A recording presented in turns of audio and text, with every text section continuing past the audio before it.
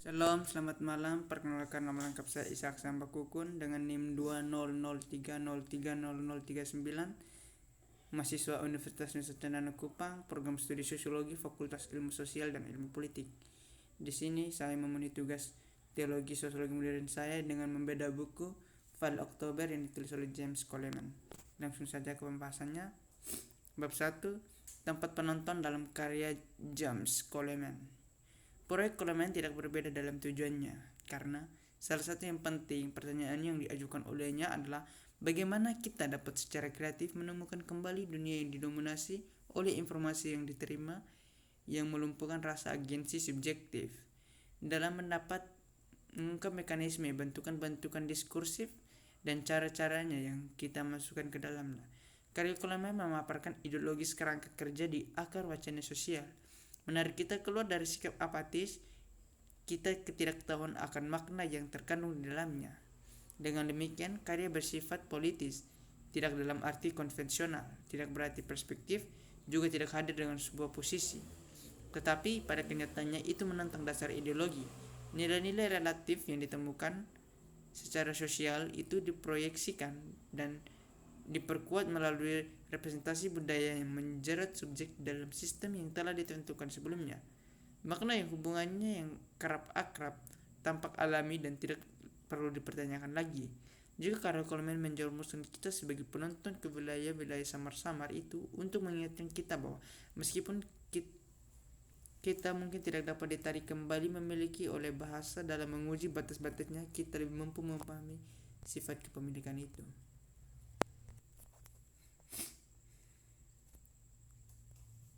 Bab 2, Enigma pahlawan dalam karya James Coleman. Di akhir Living dan Parchment Deed, kami menemukan bahwa baik Chris maupun Abbas mampu menafsirkan lambang seperti pesan yang terhapus di Ignatius Ignatius. Mungkin itu tidak pernah dimaksudkan untuk diuraikan. Pada akhirnya pencarian bahwa pahlawan Coleman hanya menemukan ketidakmungkinan makna. Keduanya asal dan takdir tidak dapat tertuliskan oleh teka-teki yang diartikulasikan oleh sang pahlawan adalah bahwa diri menempati ruang ketidakhadiran saat itu juga diri datang ke dalam bahasa, itu mati dan secara kebersamaan dibangkitkan sebagai yang lain dengan yang tidak akan direkonsiliasi.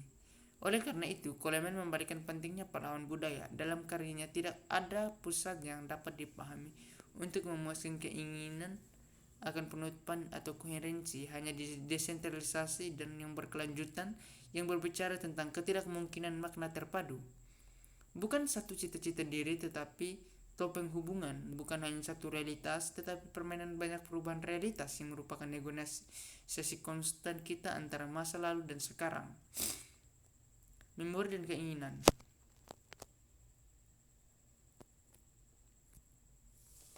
Bab 3, The Living Dead atau hidup dan diduga mati. Living and Parchment Deed kemudian bukan hanya untuk sebuah gelar. Ini adalah novel spesial pun kedok cerita yang memantapkan dirinya hanya untuk dibalik dalam mempesona kehidupan gambar tanpa henti kembali ke arah pemirsanya. Dalam hal ini, itu menunjukkan prinsip estetika yang berusaha untuk mendorong batas-batas dibayangkan ke dalam daftar negara perantara antara kerak dan statistis, baik dalam objek maupun dalam pikiran. Tidak diragukan juga bahwa melalui politik alegori Irlandia begitu lama dianggap mati, di bawah dan disentuh oleh kematian sampai ke intinya mungkin juga sangat hidup.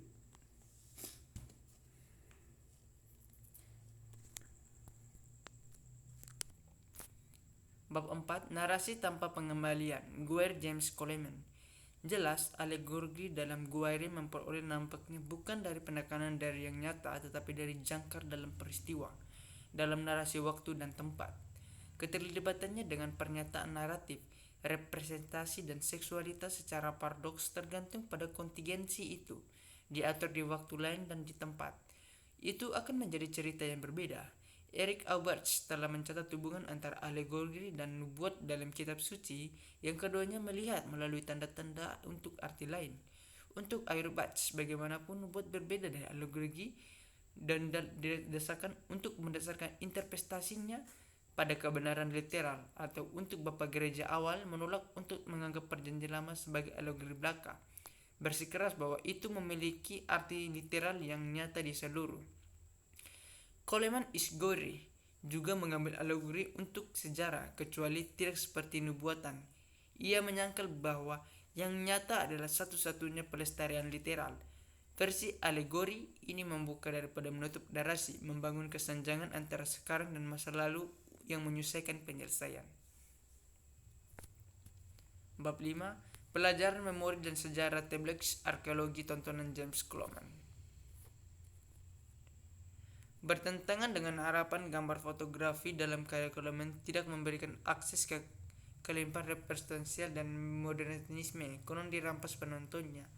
Juga tidak dapat melengkapi semiotik radikal sebagai Twitter algoritma dan terus-menerus terfragmentasi atau menerima bahwa sebuah figurasi dari sebuah representasi dari memori sejarah diwujudkan dalam konvensi produksi dan representasi budaya.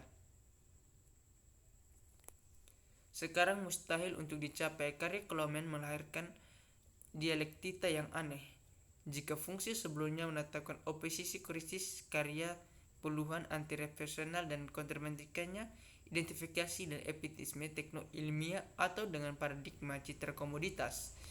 Setiap upaya untuk menyusun kembali kesinambungan dan penutupan naratif seperti halnya untuk menteruskan representasi Nemes gagal mangsa instan ke mekanisme yang praktik estetika saat ini meniadakan jika ingin membentuk dirinya sama sekali menghadapi menjumlahkan tontonan untuk menghancurkan partikulasi dan perbedaan.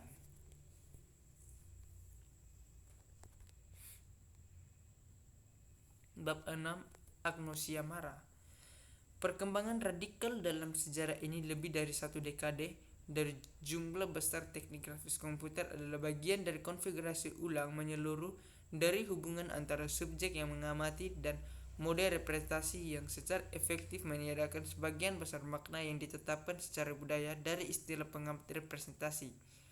Formalisasi dan difusi citra yang dihasilkan komputer menandai implementasi di mana-mana ruang visual yang dibuat secara radikal berbeda dengan kapasitas minimis film fotografi dan televisi. Tiga yang ini setidaknya ramalan Carrere tentang masa depan di mana semakin visualisasi akan ditempatkan di medan sibernetik dan elektromagnetik, di mana visual abstrak dan unsur-unsur linguistik yang bertetapan dan dikonsumsi, diedarkan dan dipertuturkan secara global. Perlu diatur terhadap keasikan yang berkembang di masa lalu dekade dengan berteori dengan isu-isu representasi, visi dan visualitas oleh seniman dan penulis di dalam maupun di luar dunia high budaya. Bab 7. Vokal langsung. Tapi ini bukan akhir dari sebuah libido. Gambar digital berhubungan dengan gambar analog sebanyak gambar analog berhubungan dengan apa yang mereka menggambarkan. Mereka berdua menggantung pada yang terakhir untuk keadaan fisik mereka dan merajuk terus-menerus kembali ke sana. Gambar analog dan digital juga berkomunikasi sebanyak melalui anterioritas semiotik mereka yang mereka lakukan melalui apa yang mereka tunjukkan.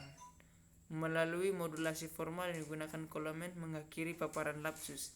Karena itu memungkinkan kita untuk mengambil dan mencintai tidak hanya momen tertentu di masa lalu dan konvergensi unik dari dunia dan mata yang memungkinkan momen itu, tetapi juga fotografi itu sendiri.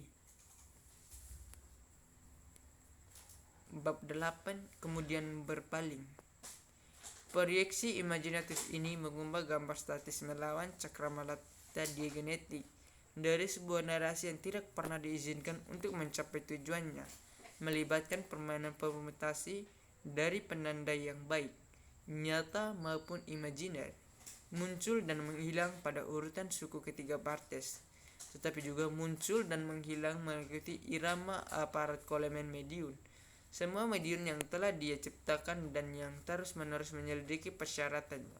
Ia terus-menerus menemukan kembali baik sebagai gangguan dan kapasitisme modernisme dan sebagai kelanjutan dari harapannya. Bab 9. Menemukan kembali media pengantar fotografi. Pada tahun 1935, Benjamin telah mengartikulasikan gagasan tentang permulaan kekongusan sebagai mungkin jika wahyu dari mimpi utopis dikodekan dalam berbagai bentuk teknologi pada titik awal mereka. Jika dia hanya terus menggelai masa depan dengan politik dan fotografi, bukan itu yang dia gambarkan kelahirannya dalam dua esai yang mengkaitkan karya seni di zaman reproduksi mekanis pada tahun 1931 dan akhir 1936. Di sana kita mendapatkan sekilas tentang fotografi yang mengaitkan kekuatan kognitivis masa kanak-kanak dan membuka janji untuk menjadi media. Saat ini, sekarang, dan keusangannya, fotografi dapat mengingatkan kita akan janji ini. Bukan sebagai kebangkitan dirinya sendiri atau memang salah satu media seni sebelumnya, tetapi dari apa yang dikatakan Benjamin Soulin sebagai pluralitas seni yang diperlukan, suatu kondisi jamak yang berdiri terlepas dari ide seni disatukan secara filosofis.